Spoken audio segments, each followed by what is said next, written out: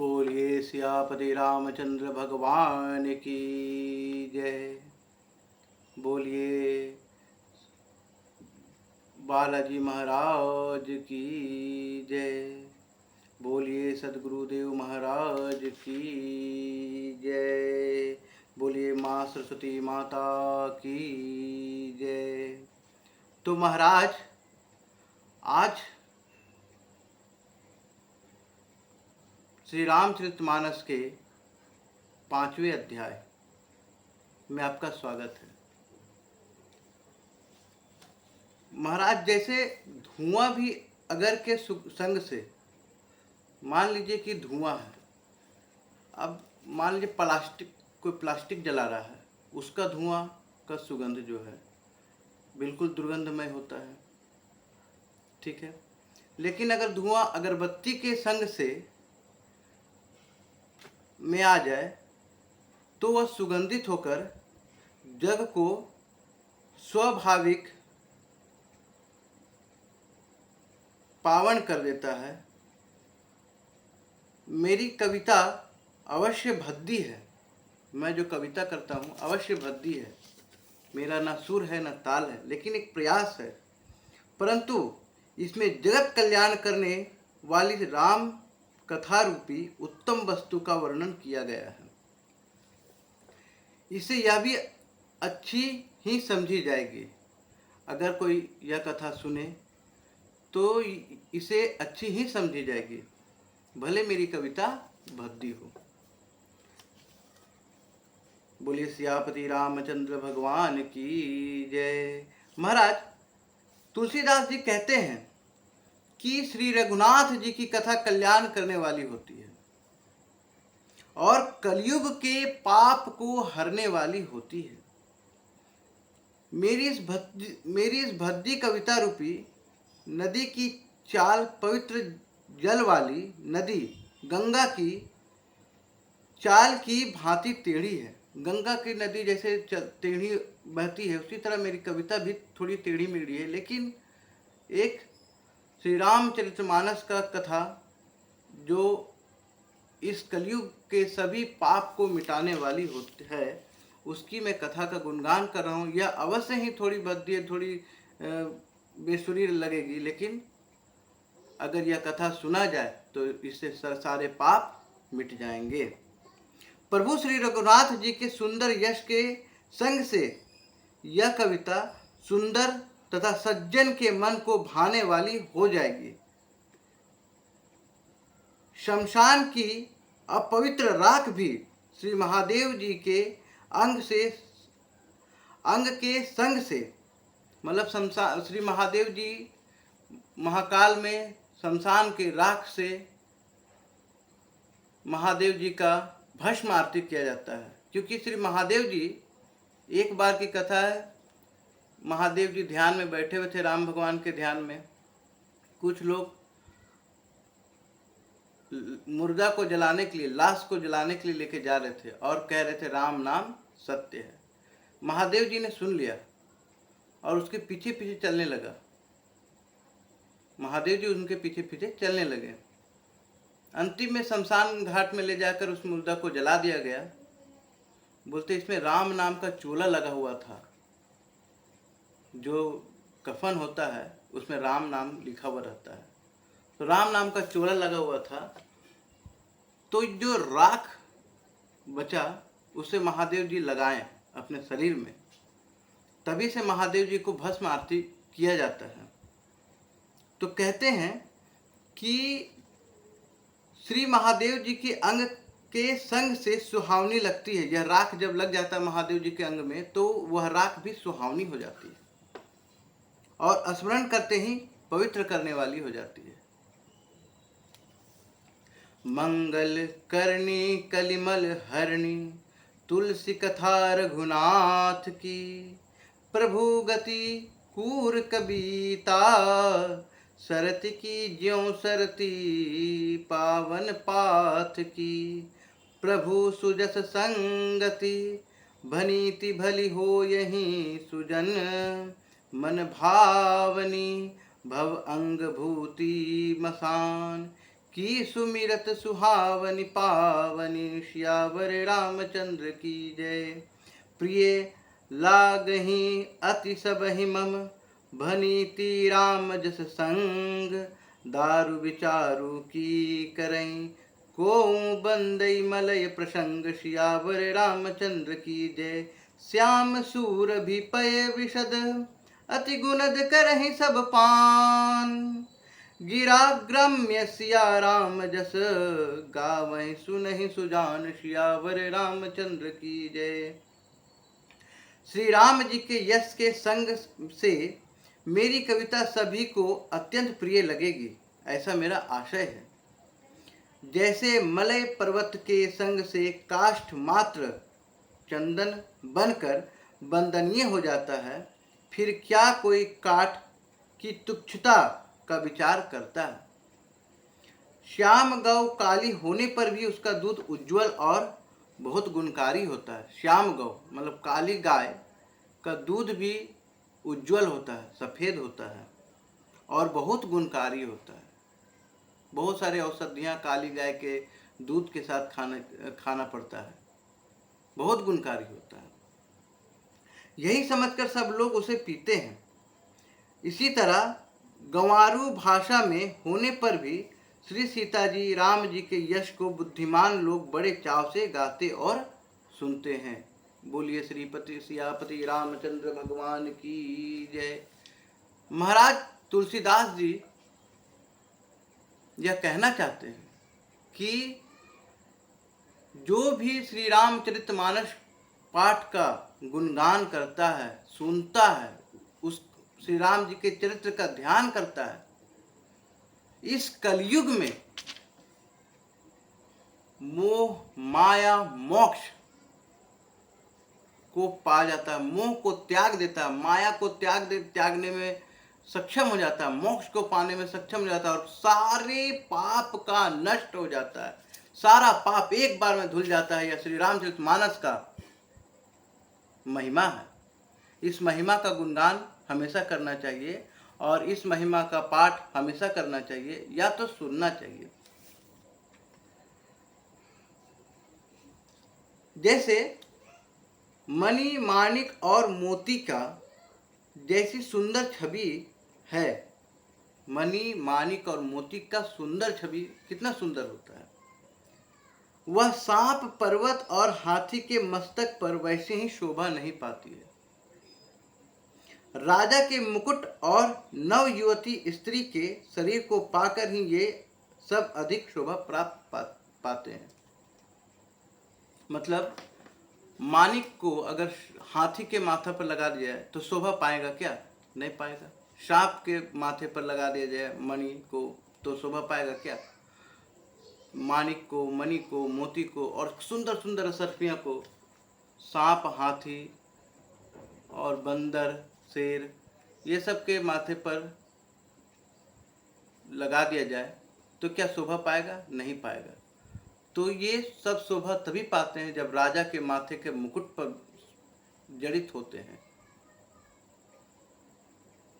सुंदर स्त्रियों के गले में, माथे में जब यह जड़ित होते हैं तब यह शोभा पाते हैं। वैसे ही इसी तरह बुद्धिमान लोग कहते हैं कि सुकवि की कविता भी उत्पन्न और कहीं होता है और शोभा अन्यत्र कहीं पाती है। मतलब जो सुकवि होते हैं वो कविता कहीं और लिखते हैं और जब कविता कहीं गाते हैं बड़े सभा में तब वह कविता शोभा पाती है। अर्थात कवि की वाणी से उत्पन्न हुई कविता वहाँ शोभा पाती है जहाँ उसका विचार, प्रचार तथा उसमें कथित आदर्श का ग्रहण और अनुसरण होता है। कवि के स्मरण करते ही उसी के भक्ति के कारण सरस्वती जी ब्रह्मालोक को छोड़कर दौड़ी चली आती है।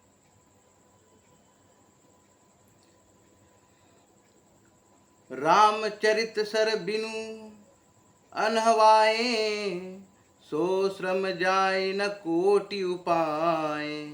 कवि को विद अस हृदय विचारी, गावहि हरि जस कलिमल हारी, किन्ह प्रकृति जन गुणगान, सीर धुनि गिरा लागत पचितान, हृदय सिंधु मति सीप समाना, स्वाति शारदा कहीं सुजाना, जो बरसई बर बारी विचारू, होई कविता मुकुतामिनी चारु, सियावर रामचंद्र की जय। मतलब जब कवि कविता को गाता है, कवि की स्मरण करते हैं, सरस्वती जी की स्मरण करते हैं, सरस्वती जी ब्रह्मा लोक को छोड़कर दौड़ी चली आती है, और सरस्वती जी की दौड़ी आने से वह थकावट जो है रामचरित रूपी सरोवर में उन्हें नहलाए बिना दूसरे करोड़ों उपाय से भी दूर नहीं होती है।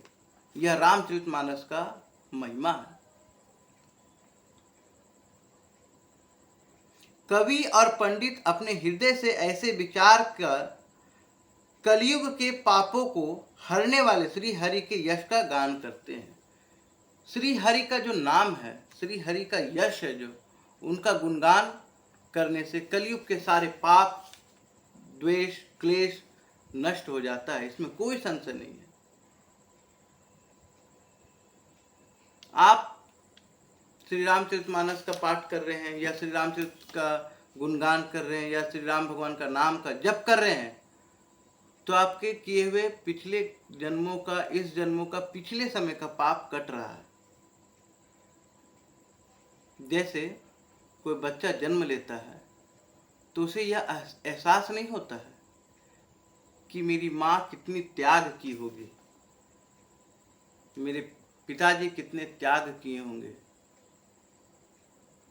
और जब वो बड़ा होता है तो कुछ कुपुत्र बालक कहते हैं आपने मेरे लिए किया ही क्या है, और वही कुपुत्र बालक जब पिता बनता है तो पता चलता है कि मेरी माँ, मेरे पिताजी मेरे लिए कितना त्याग किए। इसलिए तो वैसे ही श्री रामचरितमानस का जब गुणगान किया जाता है, श्री हरि का नाम का जप किया जाता है, तो उसे पता नहीं चलता कि मेरा पाप कट रहा है, पूर्व जन्म का पाप कट रहा है। तो उसे जब पता तब चलता है जब कुछ मन में मनोकामना हो और उसे मिल जाता है, तब वह कहता है कि भगवान की माया हुई तभी मुझे मिला, भगवान की कृपा हुई। तो इसलिए श्री हरि का नाम हमेशा जपते रहना चाहिए। आप सब कीजिए, धन कमाइए, दौलत कमाइए, नाम कमाइए, शोहरत कमाइए, यश कमाइए, विजय पाइए, हर क्षेत्र में विजय पाइए, परंतु श्री हरि का नाम कभी मत छोड़िए। श्री हरि ही हैं जो भव सागर से पार करने वाले हैं। श्री हरि के अलावा और कोई नहीं है इस भव सागर को पार करने वाले। इस पृथ्वी पर जैसे हम किसी के घर जाते हैं गेस्ट बनकर, हम किसी घर गेस्ट बनकर जाते हैं तो उसका बेडरूम, उसका बाथरूम, उसका डाइनिंग टेबल, उसका टीवी, उसका शावर सब इस्तेमाल करते हैं। लेकिन जब हम अपने घर को वापस आते हैं तो क्या उसका बेडरूम, उसका बाथरूम या पलंग या डाइनिंग या चेयर या कोई भी सामान लेकर आते हैं क्या? नहीं आते। तो इसी तरह इस पृथ्वी में हम भी एक गेस्ट के समान हैं। इस पृथ्वी पर हम लोग सब एक गेस्ट के समान हैं, और जब हम लोगों का बुलावा आएगा तो सब यहीं का यहीं रह जाएगा। तो फिर किस बात की अहंकार, घमंड, गुरूर, मैंने यह किया, मैंने यह किया, मेरा कमाया हुआ है, यह सब नहीं करना चाहिए। सब श्री हरि के कदमों में निछावर कर देना चाहिए। जब कोई पूछे तो कहना चाहिए कि श्री हरि का ही दिया हुआ है, भगवान नारायण का दिया हुआ है, माँ लक्ष्मी का दिया हुआ है, गणेश भगवान का दिया हुआ है। आइए कथा पर आगे बढ़ते हैं। बोलिए सियापति रामचंद्र की जय। जगुती बेधि पुनि पेहि अहि रामचरित बरताग, पहिरहि सज्जन बिमल उर शोभा, अति अनुराग सियावर रामचंद्र की जय। महाराज गोस्वामी तुलसीदास जी कहते हैं कि उन कविता रूपी मुक्तामणियों को युक्ति से बेध कर फिर राम चरित्र रूपी सुंदर तागों में पिरोकर सज्जन लोग अपने निर्मल हृदय में धारण करते हैं, जिससे अत्यंत अनुराग रूपी शोभा होती है। वे अत्यंत की प्रेम को प्राप्त होते हैं। श्री रामचरित का जो नाम है, श्री हरि का जो नाम है, उससे जो सज्जन लोग हैं उनके नाम को एक माला के रूप में श्री रामचंद्र के मानस के नाम का तागा से पिरोकर अपने हृदय में वास करते हैं। जे जन में कलिकाल कराल कर तब बायस बेस मराल चलत कुपंथ बेद मग छाड़े कपट कलेवर कलिमल भाड़े बंचक भगत काहिए राम के किंकर कंचन कोह काम के तिन्ह मह प्रथम रेख जग मेरी मोरी धिंग धर्म ध्वज धंधक धोरी। जो कराल कलयुग में जन्मे हैं, जिनकी करनी कौवे के समान है और वेश हंस के समान है। मतलब कर्म तो कौवे के समान है और वेश हंस के समान है, यानी कर्म काले और चोला सफेद पहनते हैं। जो वेद मार्ग को छोड़कर कुमार्ग पर चलते हैं, जो वेद मार्ग को, हमारे सनातन धर्म में 4 वेद हैं और भी बहुत सारे वेद हैं। श्रीमद् भगवत गीता है। अगर श्रीमद् भगवत गीता को बढ़िया से पढ़ लिया जाए, समझ लिया जाए, तो जीवन के हर क्षेत्र में वह उन्नत कामयाब इंसान बन सकता है। मेरी एक सीरीज में श्रीमद् भगवत गीता का भी मैं वर्णन करूंगा। और जो श्री रामचरितमानस का पाठ को, कथा को जो सुन लेता है, जो समझ लेता है, जो पढ़ लेता है और अपने जीवन में उतारता है, तो किसी भी आयु में वह धोखा नहीं खा सकता है। उसका चरित्र बिगड़ नहीं सकता है, इसमें कोई संशय नहीं है। इसमें कोई संशय नहीं है।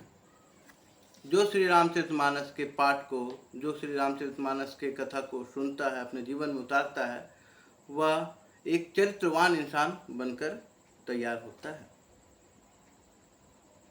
जो श्री राम जी के भक्त कहलाकर लोगों को ठगते हैं, जो धन, लोभ, क्रोध और काम के गुलाम हैं, जो कहते हैं कि हम श्री राम जी के बहुत बड़े वाले भक्त हैं और लोगों को ठगते हैं, जो धर्म, लोभ, क्रोध, काम का गुलाम है, मतलब इनसे और मुक्ति नहीं पा सकते हैं। और जो धिंगा धिंगी, जो पाखंड करते हैं, दिखावा करते हैं, धर्मध्वजी, धर्म की झूठी ध्वजा फहराने वाले दंभी और कपट के धंधों को बोझ ढोने वाले संसार के ऐसे लोगों में सबसे पहले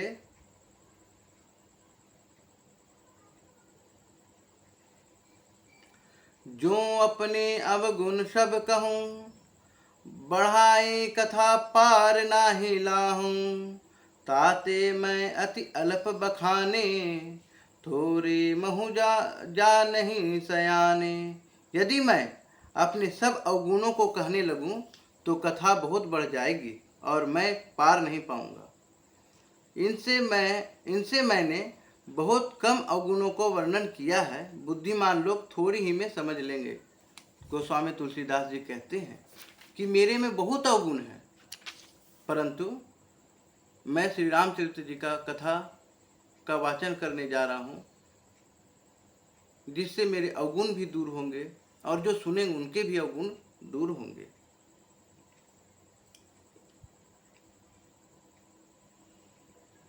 बोलिए श्री राम भगवान की जय। बोले सियापति रामचंद्र भगवान की जय।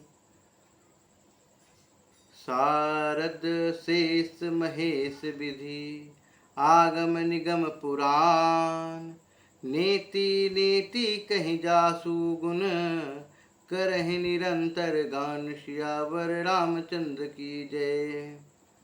सरस्वती जी, शेष जी, शिव जी, ब्रह्मा जी, शास्त्र वेद और पुराण ये सब नेति नेति कहकर पार नहीं पाकर ऐसा नहीं कहते हुए सदा जिनकी गुणगान किया करते हैं वो प्रभु श्री रामचंद्र जी का गुणगान करते हैं।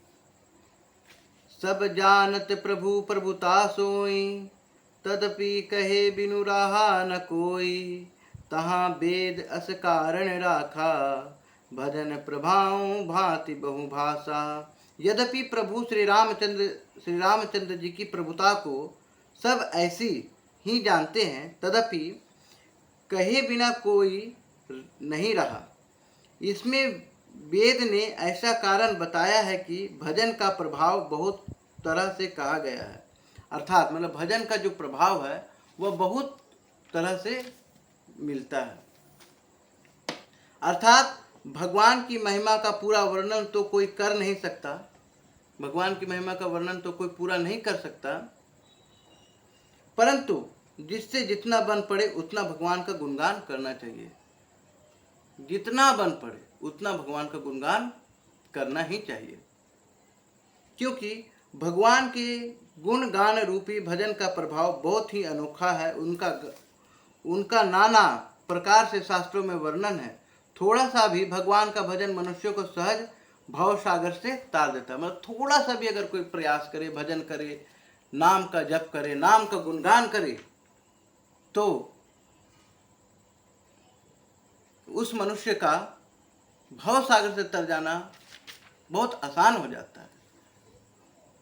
अगर वह नरक जाने वाला अगर भी कर्म किया है और भगवान का नाम का जप करना शुरू कर दिया और अंत समय में जब श्री राम जी का नाम का जयकारा लगा दिया या श्री राधा जी का नाम का जयकारा लगा दिया, राधा ही कह दिया सियापति रामचंद्र की जय हो, राम भी कह दिए। 2 अक्षर का नाम है राम, 2 अक्षर का नाम है राधा, 3 अक्षर का नाम है कृष्ण। लेकिन इन नाम में बहुत गुण है। आप इस गुण को पहचानिए और कोई भी कर्म कीजिए। ऐसा कर्म ना करें जो किसी को दुख पहुंचे, ऐसा कर्म ना करें जो किसी को हानि हो, ऐसा वाणी ना बोलें जो किसी के मन को वेदना पहुंचे, दर्द पहुंचे, तकलीफ पहुंचे। ऐसा किसी के साथ रिश्ता ना बनाए जो किसी के मन को तकलीफ हो जाए। अगर रिश्ता बनाते हैं तो उसे पूर्ण रूप से निभाएं। अगर किसी को वचन देते हैं तो उस वचन को निभाएं, क्योंकि श्री राम जी का ही कहना है कि जान जाए पर प्राण, प्राण जाए पर वचन न जाए। किसी के मन को अगर तकलीफ पहुंचती है तो भी आप नरक के भागी हो जाते हैं। हमेशा सत्य कहिए। इस कलयुग में सत्य ही एक आधार है। इस कलयुग में श्री हरि नाम का ही एक आधार है। इस कलयुग में श्री हरि का गुणगान ही एक आधार है। इस कलयुग में बस उनका नाम का ही एक वो आधार है जिससे हर मनुष्य अपनी हर इच्छा को पा सकता है। और कोई नहीं है इस कलयुग में जो आपको तार सकता है। श्री हरि के अलावा और कोई नहीं है जो आपको तार सकता है, इसमें कोई संशय नहीं है। बोलिए सियापति रामचंद्र की जय। जो अपने अवगुण सब कहूँ, बाढ़िए कथा पार नहीं लाहूं। ताते मैं अति अल्प बखाने, थोरे महु जन ही सयान। सियावर रामचंद्र की जय। एक एक अनहि अरूप अनामा, अज सचिदानंद परधामा। व्यापक विश्वरूप भगवाना, ते ही धरि देह चरित कृत नाना। सियावर रामचंद्र भगवान की जय। जो परमेश्वर एक है, जो परमेश्वर एक है, जिनके कोई इच्छा नहीं, जिनका कोई रूप नहीं और नाम नहीं, जो अजन्मा है, सच्चिदानंद है और परमधाम है, और वे सबके व्यापक एवं विश्व रूप हैं, उन्हीं भगवान ने दिव्य शरीर धारण करके नाना प्रकार की लीला की है। वही भगवान है जो नाना प्रकार के शरीर धारण किए हैं और नाना प्रकार के लीला किए हैं। इसमें श्री राम जी का भी शरीर धारण हुआ है, कृष्ण भगवान भी का भी शरीर धारण किए हैं, 12 अवतार भी लिए हैं, मत्स्य अवतार भी लिए हैं, कछुए का भी अवतार लिए हैं, नरसिंह अवतार लिए हैं।